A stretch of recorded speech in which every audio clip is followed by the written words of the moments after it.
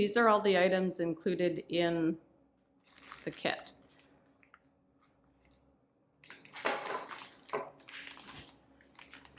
We include 2 sets of bolts in the kit because it can be hard to know 100% sure before you buy the kit which length stud you'll need when you're adding the blocks. So we just go ahead and include both the 175mm and the 225mm studs. So just to pull these studs out, what either studs are doing, the ones you need will depend on how many stacks you have. But these are replacing the studs that are currently in your John Deere 6000 series tractor as you're adding the block. Because of course the block is fairly thick, and because you have that extra thickness, you need the longer studs. So the studs that you take out will be discarded and replaced by the studs in the kit, either the 225mm studs or the 175mm studs.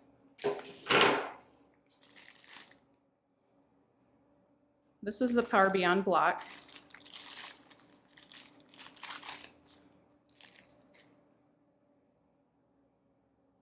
To explain the different features of the block, here you've got the O-ring, which is included.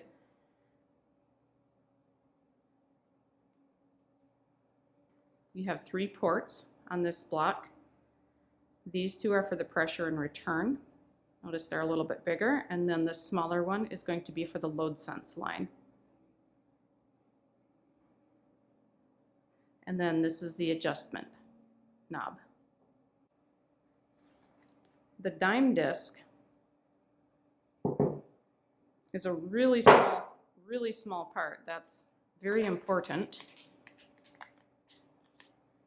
It's going to be installed right here. And this, if this is installed incorrectly or left out, it causes some pretty major problems with the hydraulics of the tractor and the front end loader.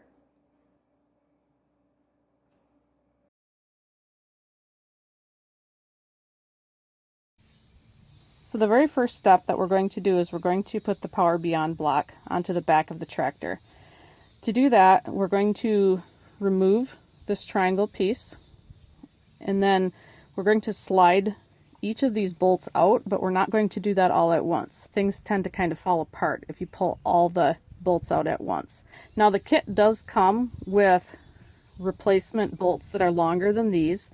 It comes with 2 different sets. You're only going to use 1 set. It depends on how many blocks you have back here, and how much space you need with those longer bolts. So you'll just have to decide based on your setup back here.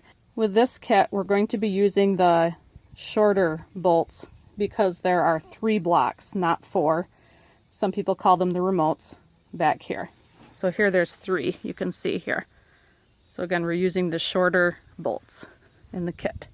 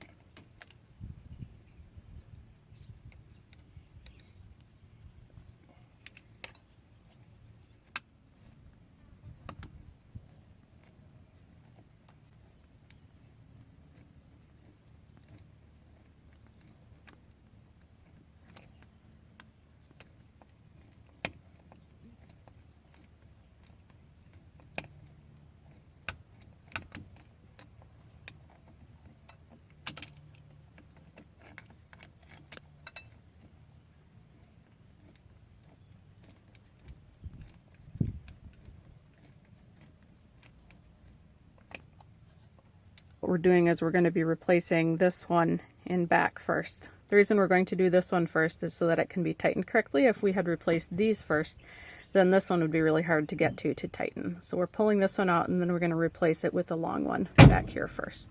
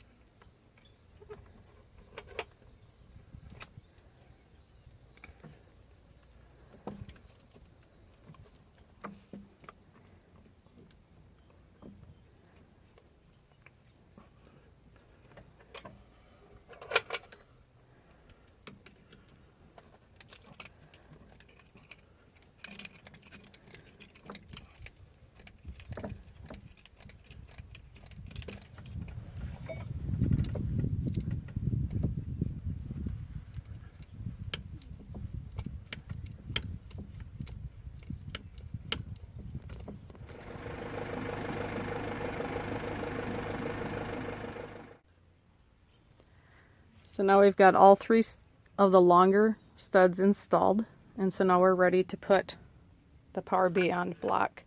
Now we're ready to install the Power Beyond block onto the longer studs. So there's one tiny little piece that is called the dime disc that you don't want to forget about in this step. We're not going to install it right now, but right now, just for illustrating, I'm going to show where it goes. It goes in this little slot right here, and we'll put that in after we've put the Power Beyond block on the studs. So we'll put this on the studs, we'll put this little piece in this little slot, and then this will slide up against it and will hold this in place. This is a very important part, even though it's tiny. If it's not installed, it'll cause lots of problems with the hydraulics.